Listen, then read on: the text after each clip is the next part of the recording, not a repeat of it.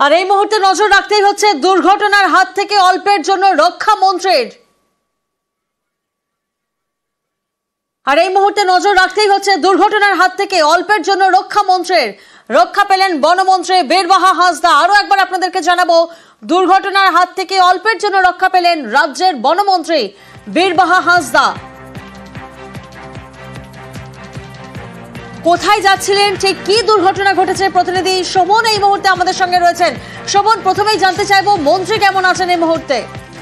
দেখো প্রিয়াঙ্কা, মন্ত্রী সেভাবে কোনো আঘাত লাগেনি, যেটা এখনো পর্যন্ত মন্ত্রীর কাছ থেকে জানতে পেরেছি।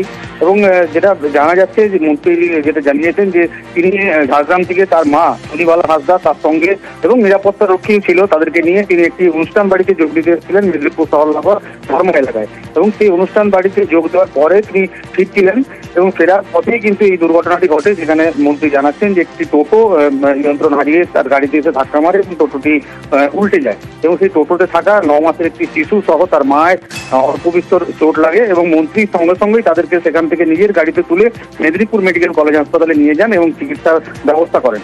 এখন পর্যন্ত মা ও শিশু দুজনেই ভালো রয়েছে, তাদেরকে প্রাথমিক চিকিৎসার পর ছেড়ে দেওয়া হয়েছে এবং মন্ত্রীও কিন্তু নিজের বাড়ির উদ্দেশ্যে রওনা দিয়েছেন।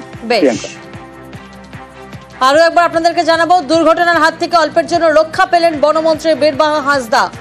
টোটো থেকে পড়ে আহত হয় এক শিশু সহ দুজন। আহতদের উদ্ধার করে মন্ত্রী, তারপর নিজেই গাড়ি করে তিনি নিয়ে যান মেদিনীপুর মেডিকেল কলেজ হাসপাতালে। ভর্তি রয়েছেন আহত মহিলা এবং 9 মাসের সেই শিশু। আর সেখানেই প্রাথমিক চিকিৎসার পর ছেড়ে দেওয়া হয় আহতদের।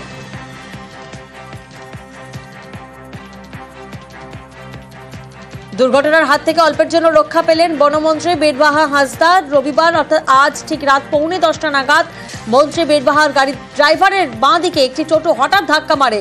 টোটো থেকে পড়ে আহত হয় এক শিশু সহ দুজন। আহতদের উদ্ধার করে মন্ত্রী নিজেই তার গাড়িতে করে নিয়ে যান মেদিনীপুর মেডিকেল কলেজ হাসপাতালে।